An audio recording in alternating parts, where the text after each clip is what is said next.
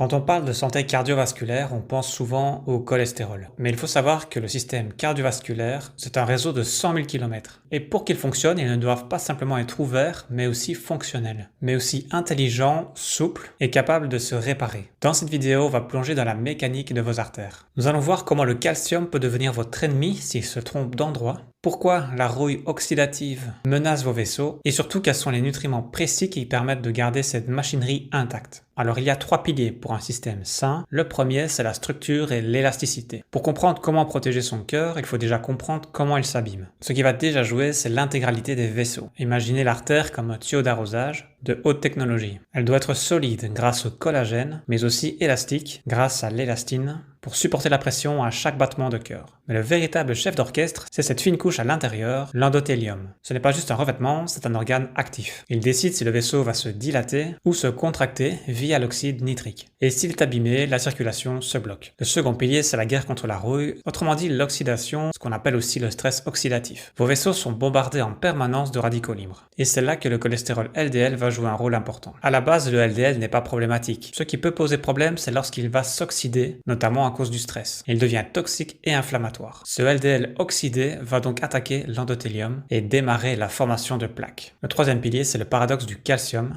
Le calcium est clairement vital pour les os, mais par contre, il n'a rien à faire dans les artères. Malheureusement, il arrive souvent qu'il se bloque à ce niveau-là, et c'est ce qu'on appelle la calcification. L'idée ici, c'est de pouvoir guider ce calcium afin qu'il trouve sa place et évite de se bloquer dans les artères. Et pour faire ça, on a besoin d'une vitamine spécifique que l'on va voir juste après. On arrive maintenant à la stratégie nutritionnelle. Au-delà de l'hygiène de vie de base, le sommeil, l'activité physique, la gestion du stress et l'alimentation, on a besoin de micronutriments spécifiques pour soutenir au mieux ce mécanisme. On commence par la structure. Pour fabriquer ce fameux collagène qui rend nos artères solides, le corps a vraiment besoin de vitamine C. Sinon, la réparation n'est pas possible. De plus, cette vitamine C va aussi protéger l'endothélium du stress oxydatif. Elle a donc une double casquette ici. Mais on le sait, les micronutriments travaillent mieux en synergie et donc elle va mieux fonctionner en présence de polyphénols. Ces principes actifs ultra puissants que l'on retrouve dans les éléments naturels de haute qualité, comme dans le thé vert, le cacao, l'olive ou encore le raisin par exemple. Ces molécules vont nettoyer les radicaux libres et protéger les lipides, donc les acides gras, de l'oxydation. On en arrive au guide du calcium, la vitamine K2. Quelque part, l'objectif est d'éviter que vos artères se transforment en petit os. C'est pour cela que cette K2 est vraiment cruciale. Concrètement, elle va activer une protéine appelée MGP. Voyez ça comme un agent de nettoyage qui va empêcher le calcium de se déposer sur les parois vasculaires. Cette protéine va rester en mode veille, et si vous manquez de vitamine K, cette protéine va malheureusement rester en mode veille et ne fera pas son travail. Et donc la calcification s'installera progressivement. Ensuite, on peut aussi parler des oméga 3. Pour l'endothélium, on a besoin de fluidité. C'est là qu'un apport minimum d'oméga 3 est intéressant. En fait, ces oméga 3 vont s'intégrer dans les membranes cellulaires. Ils vont aider à calmer l'inflammation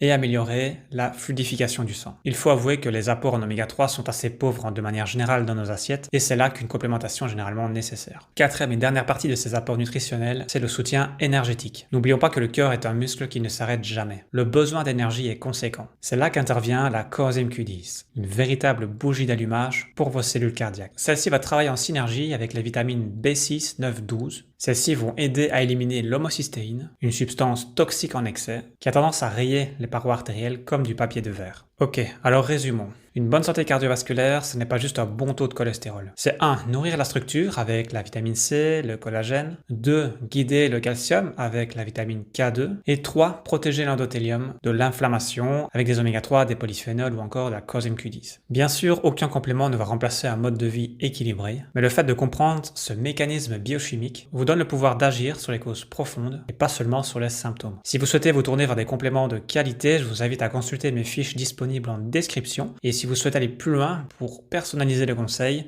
je vous invite à consulter car il peut y aussi y avoir des contre-indications selon votre cas personnel. Alors prenez soin de vos artères, elles vous le rendront et à bientôt.